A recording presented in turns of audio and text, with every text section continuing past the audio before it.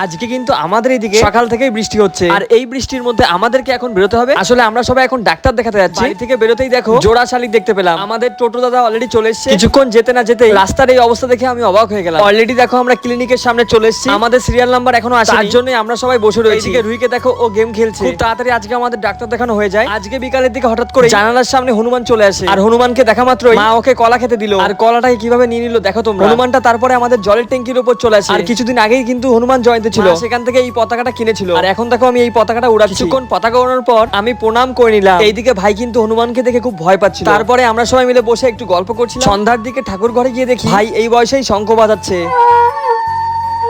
আজকের প্রসাদ ছিল লাড্ডু। লাড্ডুটা হাতে পাওয়া মাত্র পট করেই খেতে শুরু করলাম। কিছুক্ষণ পর দেখি মা আমাদের জন্য ম্যাগি বানিয়েছে। ম্যাগি খাওয়ার পর আমরা দুজন এই গেমটা খেলছিলাম। ভাই সত্যি বলতে আমি এই গেমটার মাথা মুন্ডু কিছুই বুঝতে পারছিলাম না। রুহি এই গেমটা ঠিকভাবে কমপ্লিট করতে পেরেছে। চলো আজকের ভিডিওটা এই পর্যন্ত। ভিডিওটা ভালো লাগলে অবশ্যই লাইক করে দিও।